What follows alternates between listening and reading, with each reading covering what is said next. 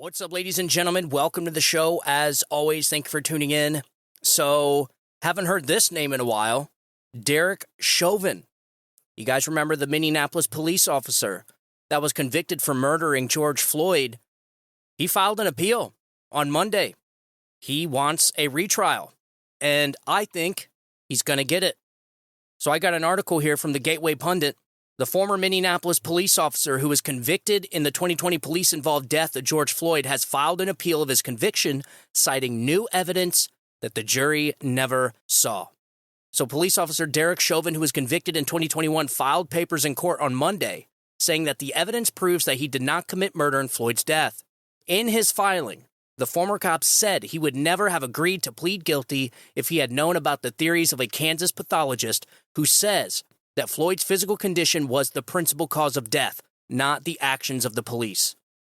Chauvin is now asking the judge to throw out his conviction and order a new trial, or, at the very least, open a new evidentiary hearing to look at the evidence. Well, I'll tell you what, I think he's going to get it, and I'll explain to you why. There was something that came out in October.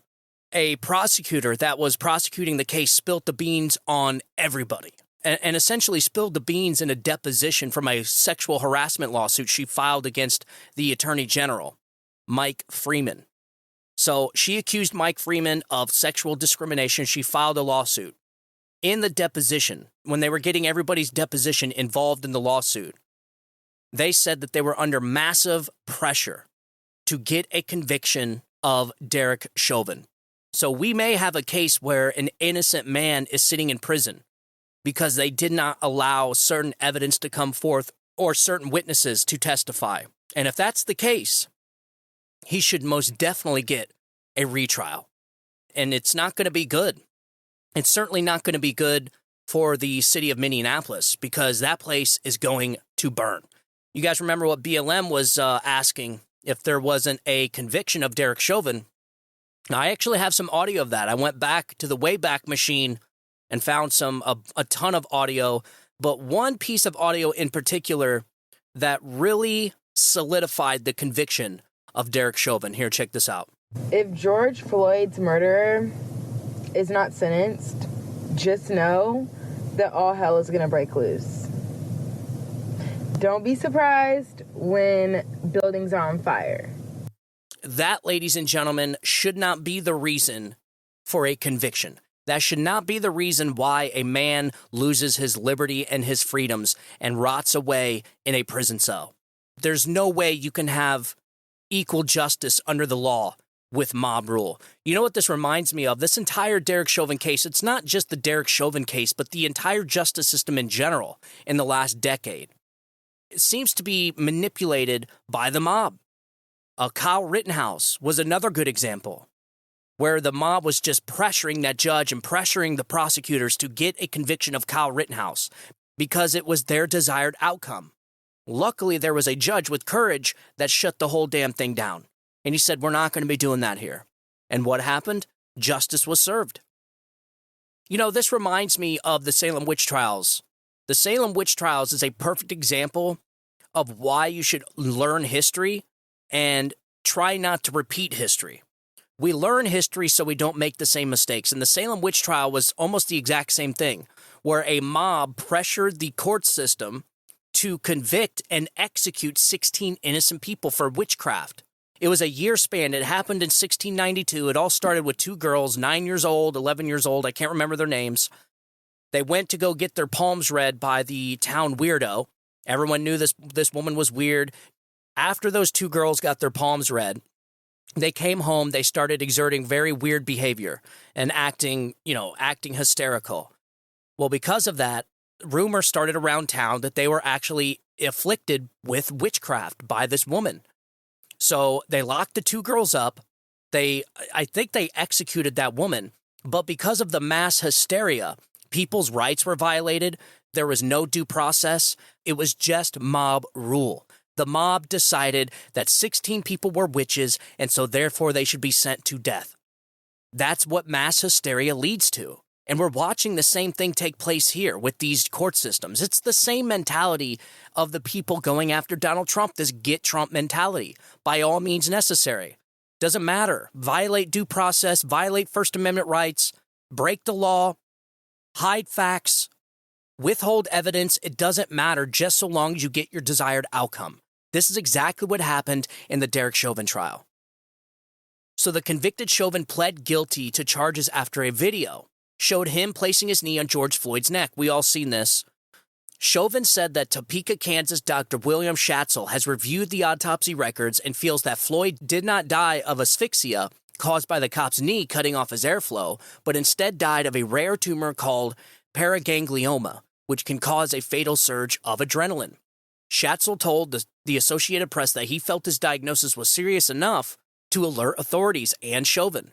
He said, quote, "I cannot go to my grave with what I know. I just want the truth." Schatzel also tried to alert the officials during Chauvin's trial in 2021 as well. He said he spoke to trial attorney Eric Nelson as well as Judge Peter Canhill, but nothing came of the attempt. This is awful. So you have a doctor that reads an autopsy, studies it, and is essentially coming out and saying, hey, look, I think we're onto something here. You may need to take a look at this.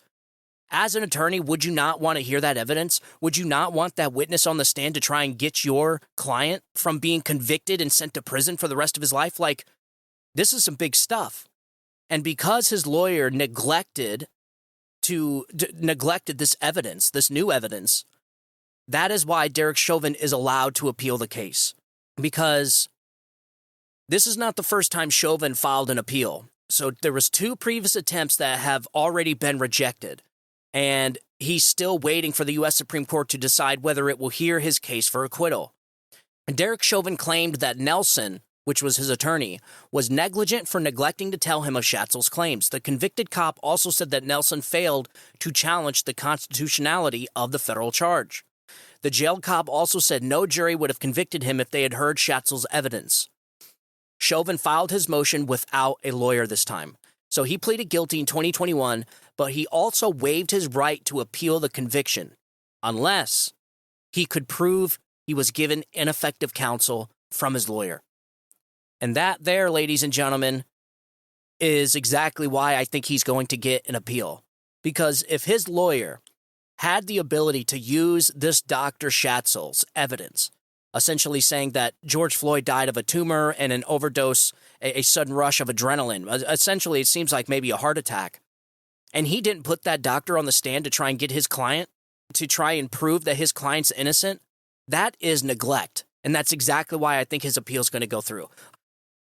So, you know who else talked about this? Last month, Tucker Carlson claimed that the whole George Floyd story was a lie. This is like one of his first episodes he did on his new platform on X. In his commentary, Carlson pointed to testimony by former Hennepin County prosecutor Amy Swayze. Remember that name. We're going to be talking about her in a second. So Amy Swayze said that Floyd's autopsy showed no evidence that anything the police did caused Floyd's death. So you're probably like, wait a minute. So Amy Swayze was a part of the prosecution, and she's saying that there's no evidence that anything the police did caused Floyd's death? Yep. So Carlson then noted that Floyd was not murdered but died instead of what we used to call natural causes, which in this case would include decades of drug use as well as the fatal concentration of fentanyl that was in his system on his final day. Now, when Tucker Carlson did his show, he didn't have this new doctor's evidence, this new doctor's findings. Tucker Carlson left it at George Floyd dying of fentanyl overdose. He had a heart attack. He overdosed. But this new evidence from this Dr. Schatzel is essentially saying that he died not from a fentanyl overdose, but by this tumor that it releases a lethal dose of adrenaline. So this is why, if he gets a retrial, I think, and I'm not a lawyer, I think he's going to be found innocent. What's the famous quote? It's better for 1,000 guilty men to go free than one innocent man be jailed. Well, I think that's the case we're facing here.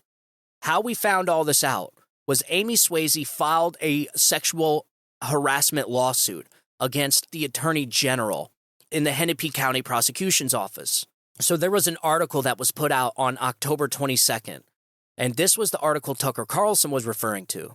So on top of the evidence from this new doctor, Dr. Schatzel, you have this deposition from the prosecutors that were overseeing the case. This woman, Amy Swayze, essentially spilt the beans and threw everybody under the bus, saying that they were under extreme pressure to get a conviction of Derek Chauvin. I don't know about you, but that's actually terrifying if that's the type of justice system that we have in Minneapolis. I know I wouldn't want to be a part of that justice system. So here is an article from The Spectator. Again, it was released October 22nd, hat tip to Jack Cashill. So thanks to the release of depositions in a sexual harassment lawsuit, we now know just how thoroughly corrupt the prosecution of former Minneapolis police officer Derek Chauvin and his 3 colleagues in the May 2020 death of George Floyd. The depositions were taken this summer in response to a lawsuit filed by Amy Swayze, a former Hennepin County prosecutor, against her then boss, former county attorney Mike Freeman. Swayze alleges that Freeman engaged in sex discrimination and professional retaliation. Whatever Freeman did or did not do to Swayze, however, pales in comparison to what both of them and their colleagues did to the cops they prosecuted and the justice system they undermined. Did, in fact, a racist white cop actually murder a man named George Floyd, a civil rights leader in Minneapolis on Memorial Day 2020, asked Tucker Carlson in episode 32 of his X-Twitter podcast on Friday. After documenting just some of the consequences of the presumed murder, from decriminalizing theft to defunding the police, Carlson added, the answer is, well, no, he didn't murder George Floyd. His findings did exonerate the police officers. There was no evidence of asphyxiation or strangulation. This is wild. So Carlson zeroed in on the most critical of the revelations, the diagnosis of how Floyd died. So as she revealed in her deposition, Amy Swayze spoke with Hennepin County medical examiner Dr. Andrew Baker the day after Floyd's death. Remember that name, Andrew Baker. It's a very, very important name. And she said, quote, I called Dr. Baker early that morning to tell him about the case and ask him if he would perform an autopsy on Mr. Floyd, said Swayze under oath. He called me in the day on that Tuesday, and he told me that there were no medical findings that showed any injury to the vital structures of Mr. Floyd's neck. There were no medical indications of asphyxia or strangulation, Swayze added. So this is Swayze throwing everybody under the bus.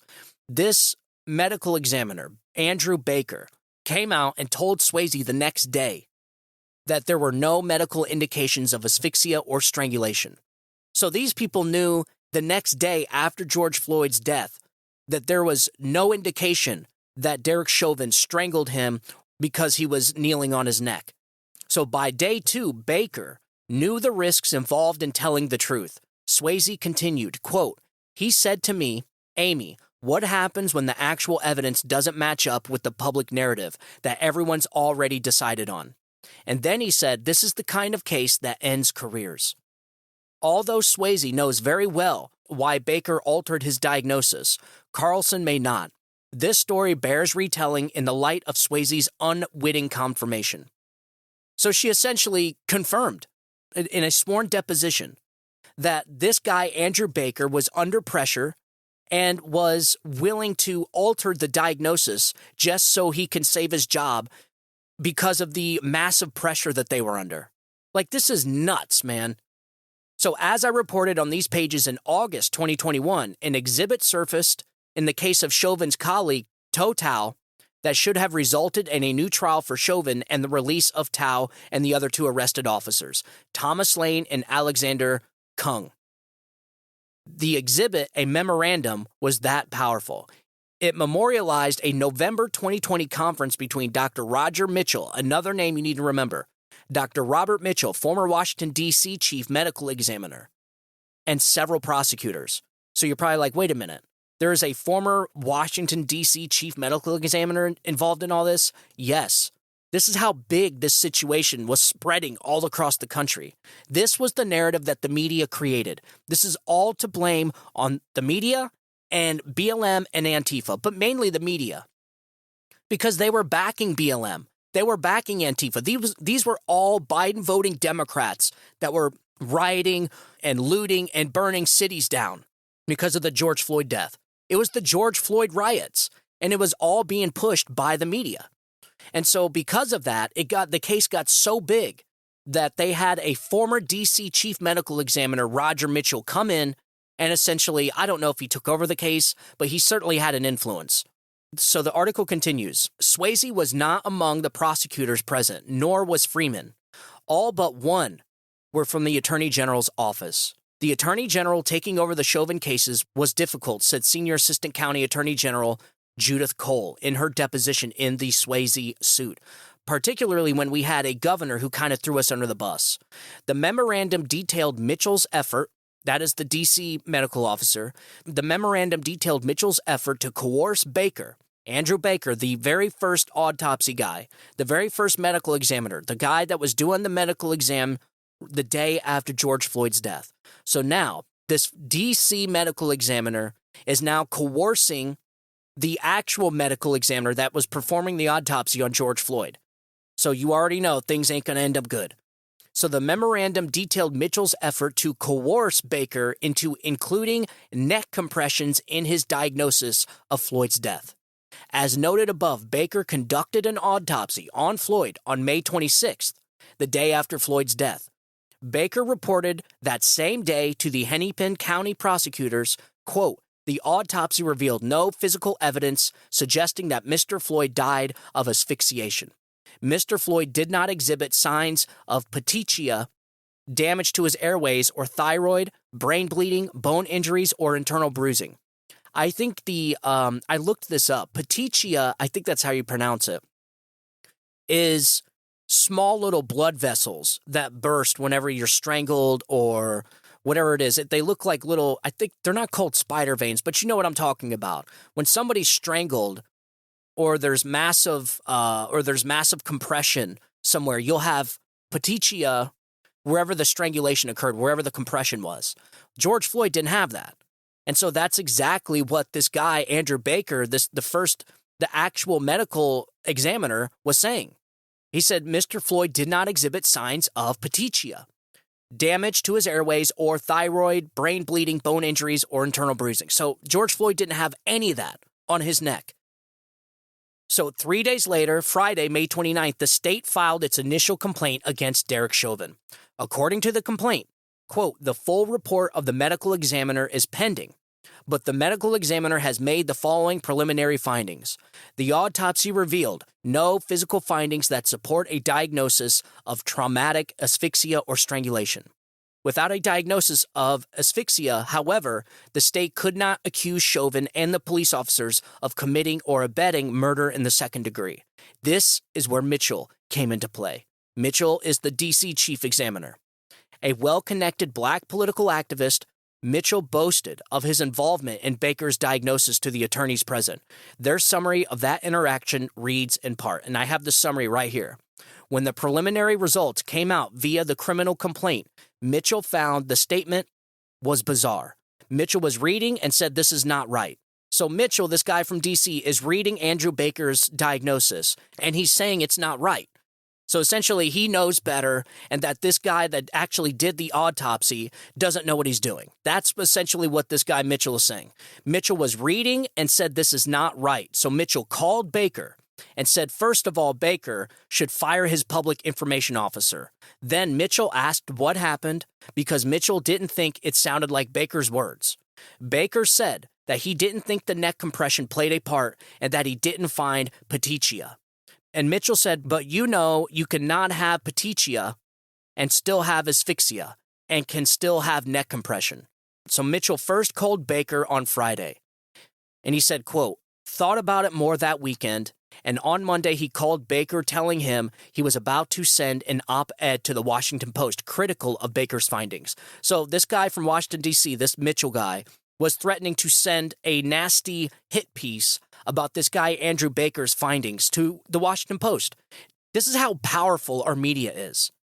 This is how the media is impacting our culture and our society and our politics, because people don't have courage and they're afraid that these media outlets will destroy their lives, will destroy their careers.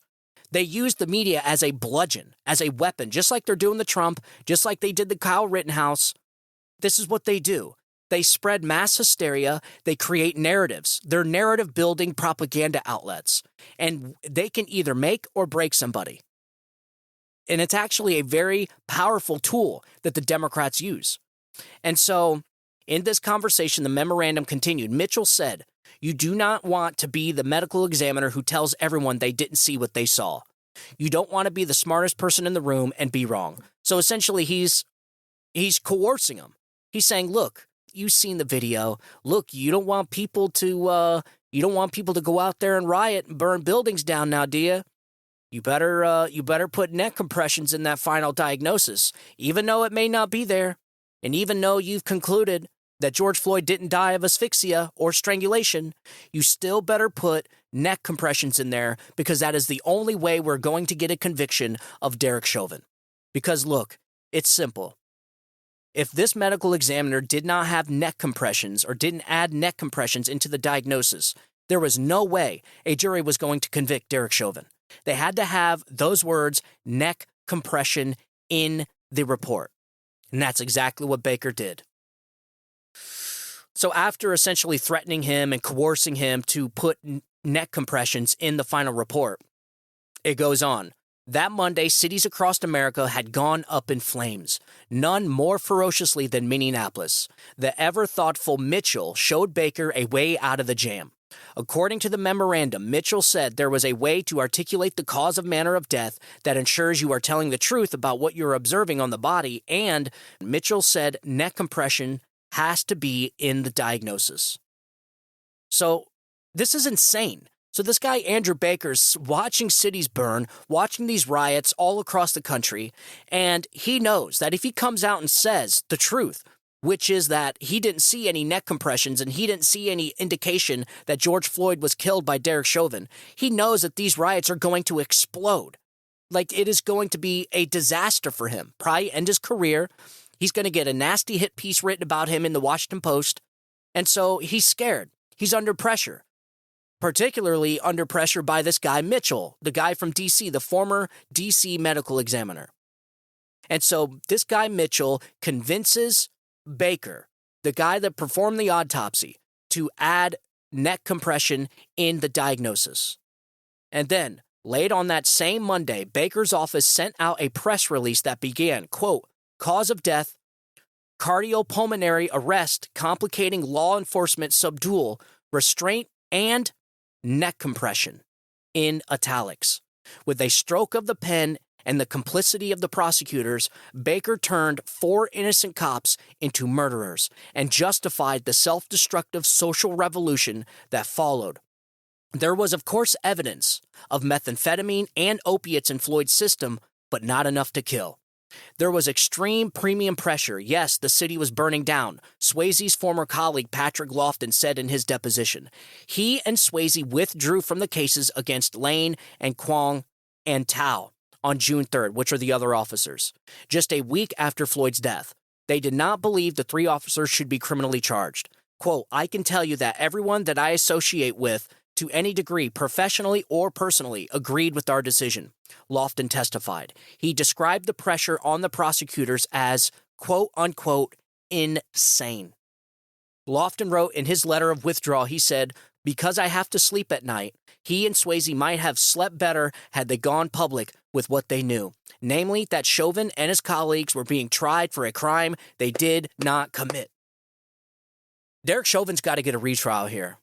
Absolutely. What this judge and what the prosecutors, what the entire city of Minneapolis should have done, as far as the justice system is concerned, they should have delayed this trial until after the hysteria calmed down, until after the police got these riots under control, until after the pressure campaign was done, because that's what this was. This was a pressure campaign put forth by the media. The media and the Democrat Party used their stormtroopers, the BLM and Antifa riots, to conduct a pressure campaign on this prosecutor's office. Why? To get a conviction of an innocent man, to get a conviction of Derek Chauvin, so that they can push a narrative, so that their narrative that there's mass systemic racism within the police force, and that our Constitution is systemically racist, and all of our laws are systemically racist, that the country itself is systemically racist. They had to get that narrative through, and the only way they were going to do it is by convicting Derek Chauvin of murder because he was kneeling on George Floyd's neck. That's what it is. That's what it all boils down to. So think about that, folks. The media, the Democrat Party, BLM, and Antifa were so powerful that they were able to sway the justice system into possibly convicting an innocent man. Possibly. And a shame on Derek Chauvin's attorney for not allowing this new evidence by Dr. Schatzel into the trial. Because just like Chauvin said, if he would have allowed this doctor to come in and say his theory on what he think killed George Floyd, he may not be sitting in prison right now. But again, they were under so much pressure. You heard it. The guy in the deposition, he said the pressure was insane, that he couldn't even sleep at night. There were cities burning all across the country, all because of this case. And so imagine if this guy, Andrew Baker, would have never included neck compression in his diagnosis, what would have happened? There would have been complete and total destruction of these cities. But because they convicted Derek Chauvin of murder, the riots and the mob went away. So that entire case was determined by mob rule, mobocracy, a complete destruction and undermining of our justice system. This is why we're seeing the stuff we're seeing today, because nobody was held accountable for this trial. If people would start being held accountable for these pressure campaigns, for these lies, for these misrepresentations, then people would stop doing it. But I think this is what's happening to our justice system across the entire country. Most notably now, currently, to Donald Trump. These people, the media, are using the same pressure campaign on all these judges, on all these attorney generals, on everything. You guys seen it. We've seen the same thing with Kyle Rittenhouse. Massive pressure campaign by the media, by the mob, BLM and Antifa. But a judge had the courage to say enough. A judge had the courage to say, we're not doing it. Nobody should be in prison because the mob demands it. That is not justice. And right now, Judge Cannon, the one overseeing the documents case of Donald Trump, she's under the same type of pressure. She's right now being threatened with impeachment because she's delaying the trial until after the people's election. Seriously. So right now, she's under so much pressure by the media. The media's tearing her apart. The pressure campaign on Judge Cannon is so insane that they're talking about impeaching her because she wants to delay the trial after the 2024 election. Why? Because this is election interference. Having a trial during an election year while you have a candidate that is out there campaigning is called interfering in the people's elections. There's no statute of limitations. It can wait till after the election, and so that's exactly what she's going to do. And how does she get treated? By the left, the Democrats and the media impeaching her. The pressure campaign. So the same thing that these people did back during the Derek Chauvin trial is the same tactic they use for everything. This is what they do. They did the same thing to Kyle Rittenhouse. They wanted a conviction of Kyle Rittenhouse to build the narrative that Kyle Rittenhouse was a raging lunatic, a mass shooter that killed a bunch of leftists with a AR-15, and they wanted Kyle Rittenhouse convicted. And there was a massive pressure campaign there. You've seen it, the riots, all of it. But the judge wasn't having none of it. And that's exactly how the justice system should be. It's up to these judges and prosecutors to hold up our rule of law, to defend the justice system, not bend the knee to the mob, not to act like a bunch of pansies and worry about sleeping at night and worried about a little pressure. Like, yeah, it's going to get tough. When you have a fascistic regime that is conducting pressure campaigns on our justice system in order to get desired outcomes, yeah, it's going to be rough. You're going to have to grow some balls. You're going to have to stand up to it, not bend the knee. So because he added neck compressions in the diagnosis, Derek Chauvin may be an innocent man that's sitting in prison. And so Derek Chauvin should absolutely get another retrial. And this time, I hope he gets a better lawyer. Seriously. But it just goes to show, that's why I wanted to point back to the Salem witch trials. We've seen this type of behavior before, with the mass hysteria leading to the degradation of our justice system back in 1692. All this stuff happened before, but it didn't end until somebody put a stop to it. So eventually someone got the courage to say, this is insane. We may be killing innocent people and we're violating the due process and people's rights and liberties. And because that one person stood up and said enough is enough, courage is contagious. The other people started saying it. And then essentially the courts just shut it all down. And I don't know if anybody was held accountable for that. Who was held accountable for that? Who went to jail? Like, that's the problem with mobocracy, is that no one person is held accountable because it's mass hysteria. It's the mob. And so because of that, 16 innocent people in Salem, Massachusetts were executed. That is exactly why you cannot have mob rule. And it's just a shame that we have all these judges and prosecutors that are just falling for this trap, that are falling for this massive pressure campaign. And right now all the focus, the entire pressure campaign by the media is now all 100% on Donald Trump and anybody in his orbit. And so the same mass hysteria that we've seen back in Salem, Massachusetts, during the Salem witch trials, the same mass hysteria and mob rule in the Derek Chauvin trial is the same mass hysteria we see with Donald Trump. And the problem is we don't have prosecutors and attorney generals and judges that are brave enough to stand up and say, no, we're going to follow the facts, we're going to follow the evidence wherever it leads us. Because if you don't, innocent people end up going to prison. Exactly like what I think happened to Derek Chauvin. So I just thought that was pretty interesting. I wanted to do the show about a week ago. This story just came out Monday that he was appealing his trial and asking for the judge to throw out his case. So it all worked. It all worked, but I've been reading into this for a while, and what's even crazier is we wouldn't know anything about this if not for the deposition, if not for the radical leftists in the Minneapolis prosecutor's office going at each other's throats. So if it wasn't for Amy Swayze being, accusing this guy Mike Freeman of sexual harassment or sexual discrimination, we wouldn't know anything about this. Because the leftists always eventually eat each other, that is exactly why we got this deposition in the first place. That's exactly why Amy Swayze spilt the beans on everyone. And we very well may have an innocent man, Derek Chauvin, sitting in prison right now. Is he innocent or not? I don't know. But I'm telling you right now, if all this evidence and these witnesses, these doctors, were able to give their side of the story and were able to testify under oath about what they seen in the report, and now that this deposition coming out, essentially admitting that there was no evidence indicating that Derek Chauvin murdered George Floyd, that's a big freaking deal. And so somebody needs to pay the price here. And I don't know if these people realize what they just admitted to, but they essentially admitted to lying. This lady, Amy Swayze, admitted under oath that Andrew Baker was coerced by this DC medical chief into putting neck compressions in the final diagnosis. And because of that, led to the guilty verdict of Derek Chauvin. That's insane. So the entire damn case needs to be retried, and I think this is going to be crazy, and you're probably going to see riots again.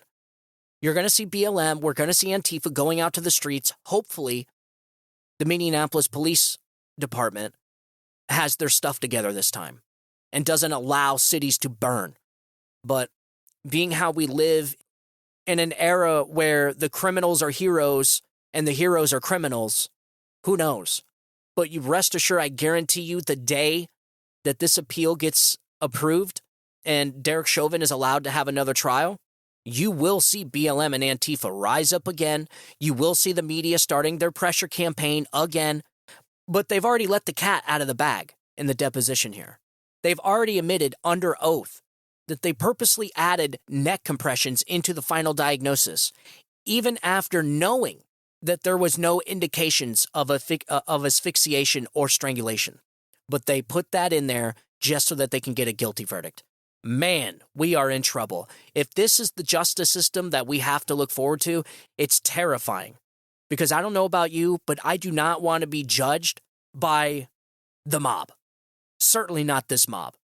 How do you think you would be treated, or I would be treated, in a justice system where the radical Democrats and their media apparatus are the jury? Do you think they're going to be fair to us? Do you think justice is going to be served if that's how our justice system is ran from here on out? I don't think so. And this is exactly why justice is supposed to be blind, but it's not. And I've been saying this for months and months and months. Lady Justice has removed the blindfold. And that is exactly what we're seeing with Donald Trump's cases right now. So you guys let me know what you think. Do you think Derek Chauvin should get another retrial? Do you think he's guilty? Do you think he's innocent? Let me know. Send me an email, StephenTaurielloShow@gmail.com. I'm going to be putting out another show here in a couple hours because we got a lot of stuff to talk about. A lot of stuff's been happening around the country. A lot of stuff happening with Elon Musk. He announced he's going to be going after Media Matters with a giant lawsuit, and I find that pretty interesting. And I don't know, man. I just see Elon Musk, I don't know. He just keeps getting better and better in my book. It seems like he's, at some point in time, taken a massive red pill. I don't know when it was, but I like it. So, all right, ladies and gentlemen, as always, thank you for tuning in. I want you guys to have a good day. Have a great weekend. God bless you, and God bless America. You guys have a good day. Bye-bye.